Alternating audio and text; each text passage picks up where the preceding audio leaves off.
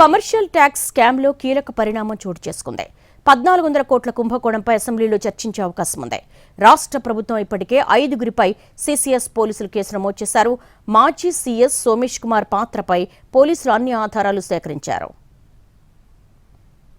రాష్ట్రంలో సంచలనం సృష్టించిన కమర్షియల్ ట్యాక్స్ స్కామ్పై సీసీఎస్ పోలీసులు దర్యాప్తు ముమ్మరం చేశారు. ఈ స్కామ్ కు సంబంధించి మాజీ సీఎస్ సోమేష్ కుమార్ పై పోలీసులు కేసు నమోదు చేశారు. A5 నిందితుడిగా సోమేష్ కుమార్ పేరు చేర్చారు. ఆయనతో పాటు వాణిజ్య పన్నుల శాఖ additional commissioner Visweswararao, deputy commissioner A Sivarama Prasad, assistant professor Sobhan బాబుపై కేసు నమోదైంది. సీసీఎస్ లో కమర్షియల్ ట్యాక్స్ కమిషనర్ ఫిర్యాదు మేరకు కేసు ఫైల్ అయింది. అసెంబ్లీలో ఈ కుంభకోణంపై చర్చ జరిగే అవకాశముందని చెబుతున్నారు. తరువాత అరెస్టులు జరిగే అవకాశముంది. 75 మంది పన్ను చెల్లింపుదారుల వివరాలు ఉద్దేశపూర్వకంగా ఆన్లైన్లో కనిపించకుండా చేసినట్టు గుర్తించారు. పన్ను ఎగవేయడానికి నిందితులు సహకరించినట్టు పోలీసులు నిర్ధారణకొచ్చారు. కమర్షియల్ ట్యాక్స్, ఐఐటీ హైదరాబాద్ల మధ్య జరిగే లావాదేవీలను సైతం పక్కదారి పట్టించినట్టు ఫైండ్ అవుట్ చేశారు. హైదరాబాద్ ఐఐటీ సాఫ్ట్వేర్లోని సమాచారాన్ని స్పెషల్ ఇనిషియేటివ్ అనే వాట్సాప్ గ్రూప్కు చేరేలా ఆదేశాలు జారీ చేశారు.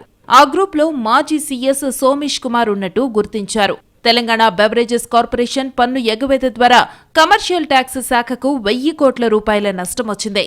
మరో 11 ప్రైవేటు సంస్థలు 400 కోట్ల వరకు పన్నులు ఎగవేసినట్టు గుర్తించారు. ఈ కేసులో మరికొంతమందికి నోటీసులు ఇచ్చేందుకు సీసీఎస్ పోలీసులు సిద్ధమవుతున్నారు. అసెంబ్లీలో ఈ కుంభకోణంపై చర్చ తరువాత అరెస్టులు జరిగే అవకాశముంది. వాణిజ్య పన్నుల శాఖ అంతర్గత విచారణలో తీగ లాగితే డొంక కదిలింది. అక్రమాలను గుర్తించకుండా సాఫ్ట్వేర్లో మార్పులు చేశారు. ఈ కారణంగా ప్రభుత్వ ఖజానాకు నష్టం వాటిల్లింది. సోమేష్ కుమార్ ఆదేశాలతోనే సాఫ్ట్వేర్ చేంజ్ చేసినట్టు తేలింది.